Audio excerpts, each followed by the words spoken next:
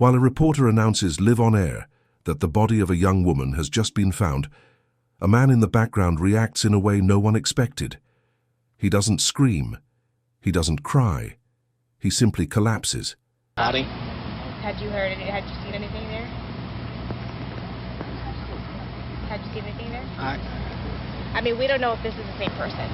You know what I mean? Like, they took out a body there earlier. We don't know if it's the same person or not. So that's why we're trying to ask people if they know who lived there. Are you okay, sir? I think I need to sit down. Okay.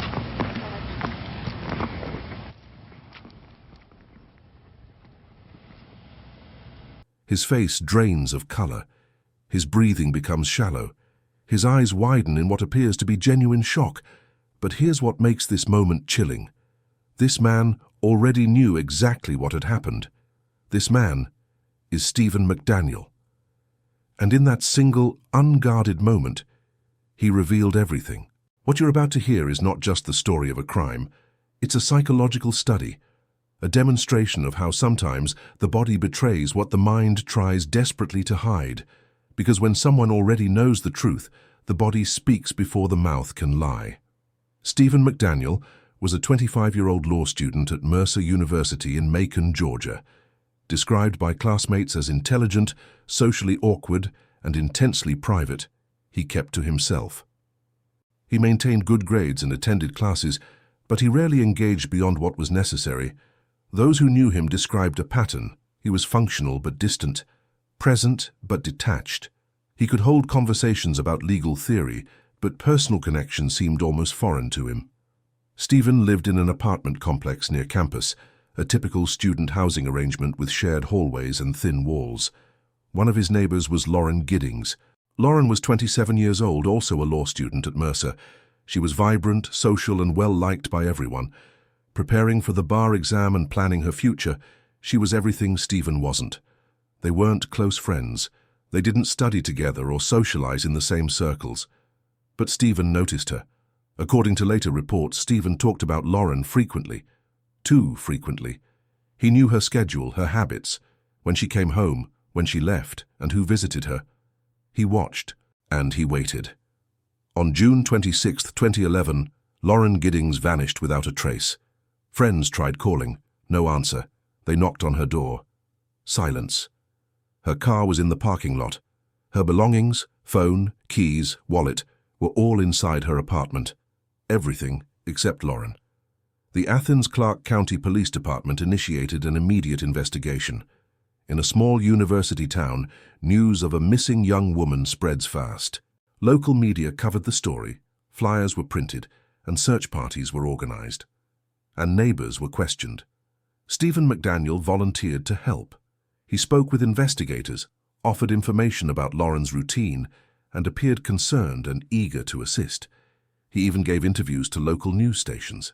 To everyone watching, he seemed like a worried neighbor. But there was something underneath, something investigators would only recognize later. He was too present, too involved, too controlled. The search continued for days.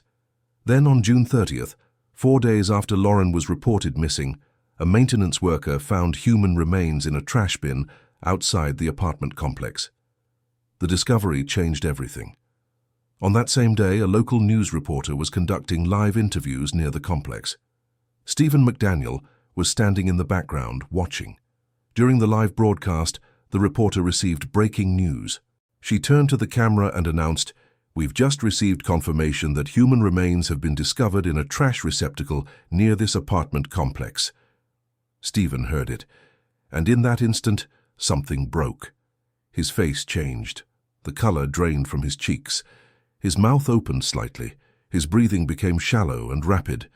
His eyes widened, staring at nothing. He took several steps back, brought a hand to his face, and then disappeared from the frame. That reaction was not rehearsed.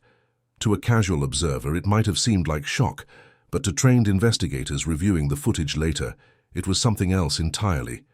It was the reaction of someone who already knew and hadn't expected it to be announced so publicly. It was the reaction of someone losing control. With the case now a homicide, detectives began retracing every step.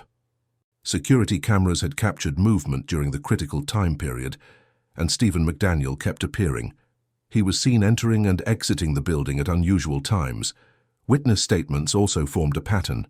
Multiple residents mentioned Stephen's odd behavior around Lauren, describing him as uncomfortably interested. On July 1, 2011, Stephen McDaniel was brought in for formal questioning. He walked into the interrogation room believing he was smarter than the detectives.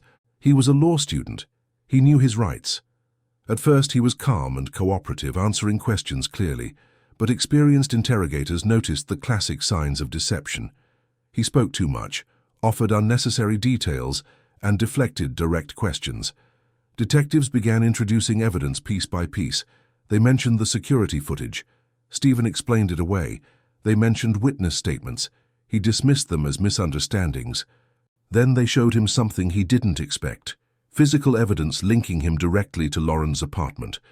Stephen went silent. Not the silence of thought, but the silence of someone realizing they've been caught. His lawyer advised him to stop talking, but it was too late. A search warrant for Stephen McDaniel's apartment was executed. What they found was damning.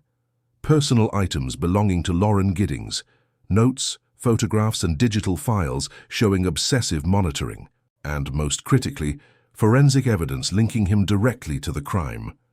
Investigators also uncovered his internet searches from the days before Lauren's disappearance, searches about body disposal and avoiding detection. The evidence was overwhelming. In April 2014, nearly 3 years after the murder, Stephen McDaniel entered a guilty plea. He admitted to breaking into Lauren's apartment, attacking her, and killing her. The crime was premeditated, calculated, and brutal. He was sentenced to life in prison without the possibility of parole. In court, Lauren's family described a young woman full of potential whose life was stolen by someone who believed he was entitled to her existence. Stephen showed no emotion, no remorse, just silence. The Stephen McDaniel case is a chilling reminder of how predators can hide in plain sight. He spent days presenting a facade of a concerned neighbor, but in one unguarded second, hearing news he already knew, his body betrayed him. This case shows that sometimes the most critical evidence isn't physical, it's behavioral. One moment of truth can unravel an entire lie, because when someone already knows the truth, the body speaks before the mouth can lie.